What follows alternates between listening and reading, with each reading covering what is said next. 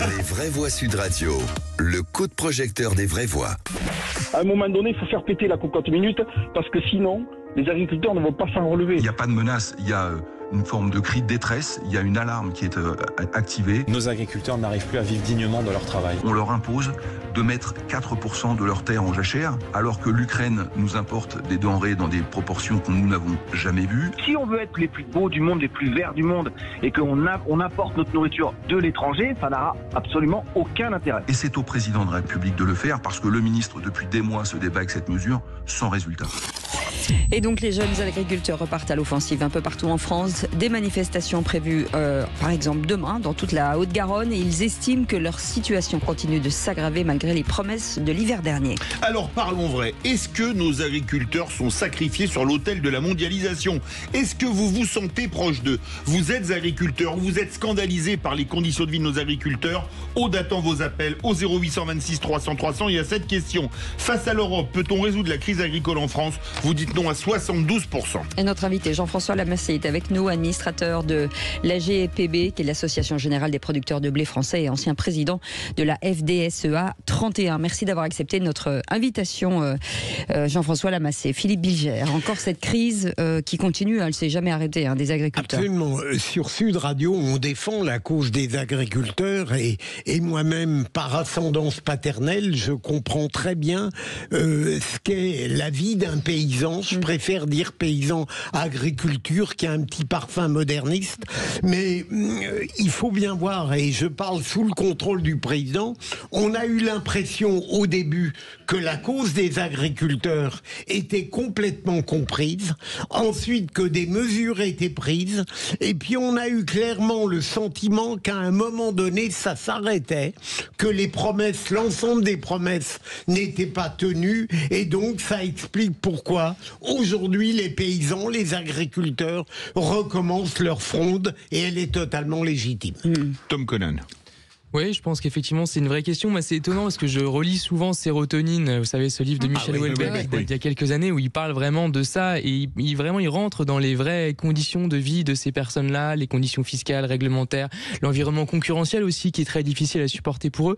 Donc je pense malheureusement c'est un problème, malgré les exigences de la politique agricole commune qui a été au cœur de la fondation de l'Europe, qui aujourd'hui est le deuxième budget européen, finalement n'arrive pas à inverser cette tendance mortifère. Lisa Camanier. 15 heures par semaine de remplissage de documents administratifs en moyenne pour les agriculteurs français. C'est complètement fou. C'est hallucinant. Alors moi je suis petite fille d'agriculteur, et je préfère aussi dire paysan. Je suis petite fille de paysan suisse, et dans mon autre pays, il y a au Parlement un député sur 6 qui est un paysan. Et on dit des paysans aussi, on ne dit pas des agriculteurs. Et donc, c'est pour dire qu'en France, peut-être que la classe politique est un tout petit peu déconnectée de la vie des vrais gens. Alors, il n'y a pas que les agriculteurs, mais en l'occurrence, dans d'autres pays, ces gens-là sont peut-être davantage représentés dans les institutions. En France, ils n'ont finalement pas beaucoup de moyens de se faire entendre, autre que de bloquer les routes, de manifester. Donc, peut-être qu'il faudrait qu'il y ait plus de représentation dans les institutions. La plupart des députés sont issus des catégories socio-professionnelles supérieures, des intellectuels, etc. On se dit toujours qu'on a tous quelque part un agriculteur ou un paysan dans notre vie, dans notre famille. Dans nos proches. Jean-François Lamassé, alors quelle est la crise? On l'a vu dans le département natal de Cécile de Ménibus, ils ont manifesté à Chartres hier. Dans la Drôme, ils retournent à nouveau les panneaux des communes, et vous êtes dans la Haute-Garonne. Demain, on risque un vrai blocus de Toulouse et de l'agglomération. Quels sont les problèmes dont les agriculteurs se plaignent aujourd'hui? Non, mais ce qui est étonnant, c'est de dire qu'est-ce qui s'est passé depuis ce grand discours de Gabriel Attal. C'est ça. Sur une botte de paille. Pas si vous vous rappelez, à l'époque, vous m'avez invité. Oui. Et je vous avais dit, Saint-Gabriel est arrivé. Voilà, et Saint-Gabriel est reparti. Voilà, mais c'est toujours du baratin que du baratin. Voilà, on en est là. Aujourd'hui, vous voyez, moi ce soir, j'ai commandé encore du GNR. C'est vrai. Alors c'est du gazole non routier, c'est le gazole au prix des agriculteurs. Voilà. Voilà. C'est vrai qu'avant, on avait une taxe qu'on récupérait que 7 ou 8 mois après. Cette taxe, ils nous l'ont enlevée en bas, c'est-à-dire que maintenant, on la paye elle est retirée en bas de la facture, ça c'est vrai, mais on a toujours 60% de taxes sur le gazole. C'est un des premiers problèmes, et c'est un facteur commun à tous les paysans de France, de Navarre. Le gazole. Ça, c'est une première chose. Mais après, c'est tout le reste. Aujourd'hui, on nous interdit Je vais vous donner un exemple très simple. Aujourd'hui, en France, on produit de la chicorée. Oui. Le matin, le déjeuner, bon, il y a une demande sur cette chicorée. D'accord, voilà. Donc aujourd'hui, on nous interdit certaines molécules pour désherber la chicorée. Et bien sûr, on va arrêter de produire de la chicorée en France. Voilà, tout simple que ça. Et derrière, qu'est-ce qui va se passer? La chicorée va arriver d'Asie. Et vous allez dire, vous, aux Chinois ou aux Indiens, vous ne le traitez pas? C'est pour ça que le problème est là. Et c'est pareil, et je vais vous dire, on avait la grande image de la France avec le blé. Le blé. S'il ne se passe rien, d'ici 2 ans, la France ne produira plus qu'un tiers de sa production de blé. Alors, on doit plus de 3 000 milliards, je ne sais pas avec quoi on va faire du business. Monsieur le Président, comme votre approche est très pessimiste et sans doute justifiée, est-ce que depuis la fronde initiale des paysans, des agriculteurs, il y a quelque chose qui s'est amélioré, des promesses tenues ou aucune? Si, il y a une chose qui a été faite pour les éleveurs, c'est par rapport à la MHE. Ils se sont un petit peu bougés. La maladie hémorragique qui a frappé les bovins. C'est ça. Pour faire simple pour que tout le monde comprenne, c'est la fièvre des bovins. Ça, ils l'ont fait, et après, plus rien. Mais quand je dis plus rien. C'est-à-dire qu'on devait revoir le plan phyto, et l'ancien ministre de l'Environnement, qui est toujours Mme Rachid Punachier. Pas Yuriachi, absolument. Pas Yuriachi, exactement. Elle avait donné ordre, on l'a su après, à tous les préfets, surtout de ne pas en parler et qu'on n'y toucherait pas. Donc, à un moment donné, la question, elle est très simple aujourd'hui. Est-ce qu'on veut encore des agriculteurs en France, oui ou non? Je crois que oui. Je crois que oui. Oui, mais tout le monde croit que oui, mais ils font tout l'inverse. Moi, je pense aux jeunes qui arrivent. Moi, j'ai 54 ans. Il me reste 10 ans à tirer avant la retraite, plus ou moins à travailler. Et encore, je ne suis pas sûr d'y arriver. Vous voyez? Alors que je suis presque pas sorti du tunnel, mais pas loin. Voilà. J'imagine tous les jeunes qui arrivent derrière, qu'on ait des investissements par-dessus la tête. Comment ils vont faire pour vivre? Parce qu'en plus, un truc dont personne ne parle, c'est que tous, les agriculteurs, on n'est pas 35 heures semaine. On fait des 60-70 heures semaine. Pour essayer de survivre sur les exploitations. Aujourd'hui, on avait toujours l'exemple du Nord, parce que c'était les gros producteurs. Même eux sont dans la panasse. Je rappelle les chiffres quand même, ce qui est important, 100 000 exploitations agricoles de moins en 10 ans, ce qui est juste énorme. Et puis le nombre de suicides aussi d'agriculteurs qui intervient, c'est absolument terrible, il faut toujours le rappeler. Mais monsieur, évidemment, et c'est très émouvant, ce qu'il nous dit, ça tombe sous le sens, j'ai envie de dire aussi. Surtout qu'on pense aux nombreux suicides chez les agriculteurs quand même. Bien sûr, mais je dirais que stratégiquement, il y a 2 manières d'en sortir. Soit on dire que c'était une filière nourricière, vraiment. Mais il y a 2 manières d'en sortir. Soit, effectivement, en faisant sauter des réglementations, mais ce qui peut évidemment porter atteinte aux objectifs de développement durable, ce qui ne me semble pas souhaitable dans le principe, évidemment, sauf quand c'est éventuellement pas fondé ou quand c'est excessif, etc., bien sûr.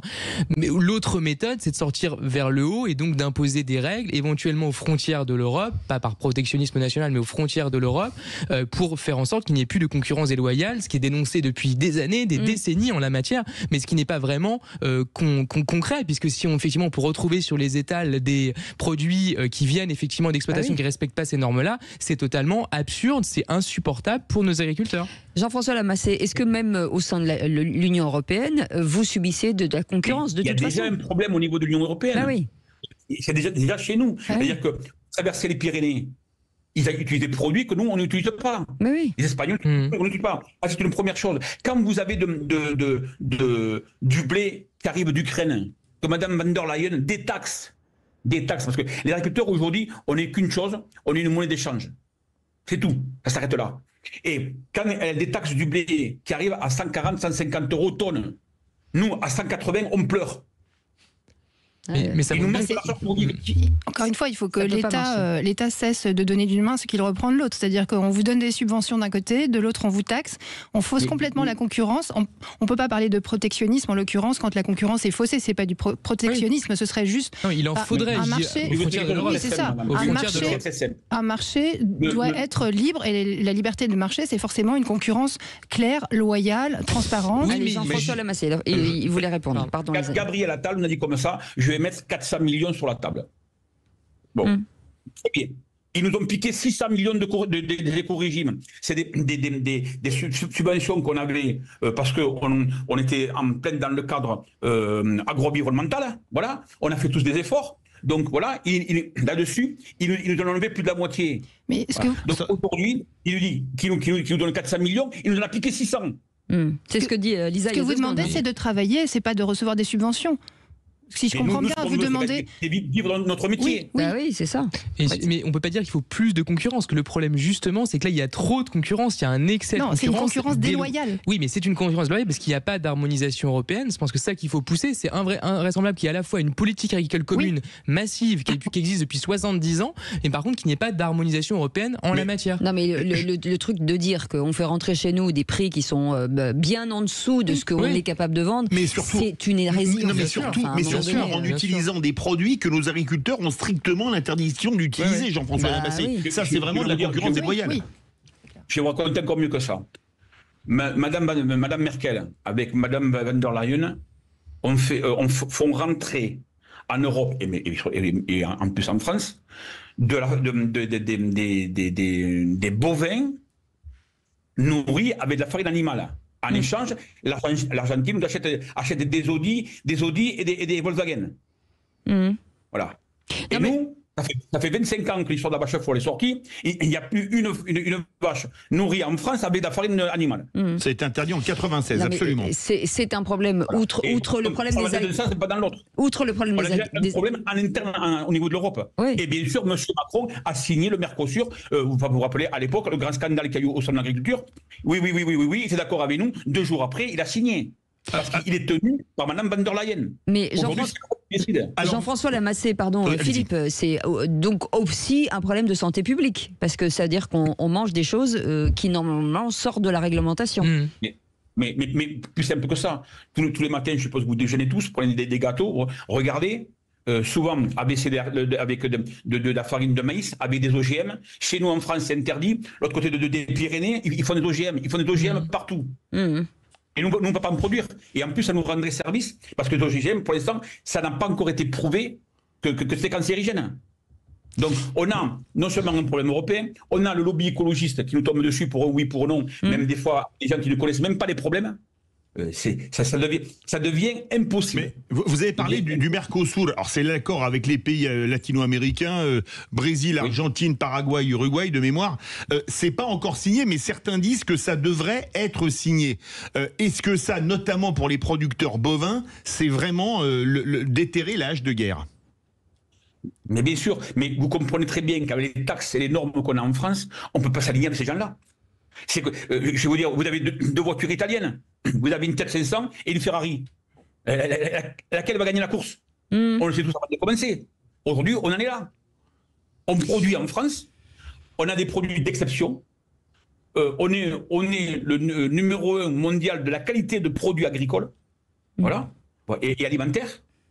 Et on se retrouve plus pénalisé que des produits qui arrivent de je ne sais où. Il faut manger n'importe quoi. Tout à l'heure, pour reprendre ce que disait votre collègue, M. Conan, là, je vais vous dire très simple. Au niveau de l'Europe, on nous a emmerdé avec les normes environnementales. Il fallait faire du HVE, haute valeur environnementale. Oui. Bon. Vous avez une orge française, HVE, d'accord? On va dire, elle est à l'époque, elle se bladait entre, cette année, de dollars entre 170 et 180 euros. Vous avez une orge non HVE qui vient d'ailleurs à 150 euros. Où pensez-vous que le volailler espagnol achète l'orge? On est les seuls en Europe avec cette histoire d'HVE. On veut la plus blanc que blanc. Mais à un moment donné, avant de laver plus blanc que blanc, il faut que les gens puissent vivre de leur métier. J'ai une question. Oui, monsieur. Est-ce que vous dites en fait que le gouvernement français fait du zèle par rapport à des normes qu'on pourrait moins appliquer ou ne pas appliquer ou alléger. Est-ce que les pays, parce que finalement les Espagnols, les Italiens sont soumis normalement aux mêmes règles que nous. Est-ce que nous, c'est des normes nationales qui vont en plus des normes européennes qu'on impose. Est-ce que nous faisons du zèle? C'est ça. Nous faisons du zèle par rapport à nos obligations vis-à-vis de l'Europe. Jean-François Lamassé, on fait beaucoup de zèle en France? Mais bien sûr. Je vais vous dire, sans aller bien loin, même encore, l'hiver dernier, je suis allé en Belgique, ils utilisent des produits que nous n'utilisons pas. On n'a plus le droit d'utiliser. Voilà. Vous prenez les Polonais, c'est pareil. Ils vous disent oui, mais ils font ce qu'ils veulent. La réponse. Et beaucoup de pays comme ça. Il y a qu'en France où on veut faire le lobby écologiste est beaucoup plus important que le reste. Et il y a une pression telle que. Jean-François Lamassé, ça veut dire quoi? Ça veut dire qu'on revient un an en arrière avec nos bottes de foin avec Gabriel Attal. Ça veut dire que c'est de nouveau dans la rue. Ça veut dire que vous allez remonter encore à Paris? Moi, je vais être franc avec vous. Je ne sais pas ce qui va se passer parce qu'il y a une colère telle. Moi, maintenant, je vois des gens qui, c'est plus des gamins. Avant, c'est vrai que c'était tous les jeunes qui étaient plus chauds que les anciens. Je vois, moi, des gars qui ont 50, 55 ans, qui ont 2, 3 enfants, et qui me disent comment on va finir l'année. Comment on va finir l'année? Comment on fait?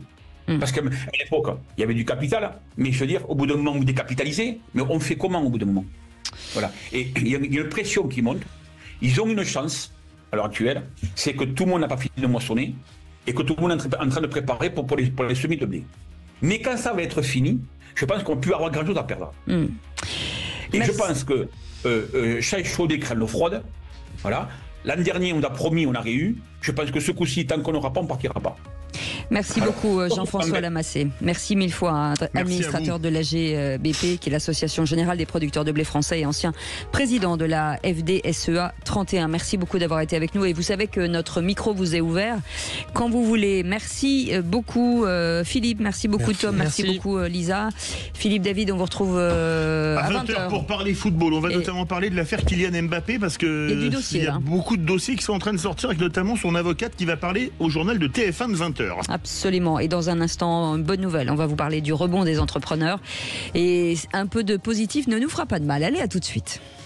Sud Radio. Sud Radio. Parlons vrai. Parlons vrai. Sud Radio. Parlons vrai.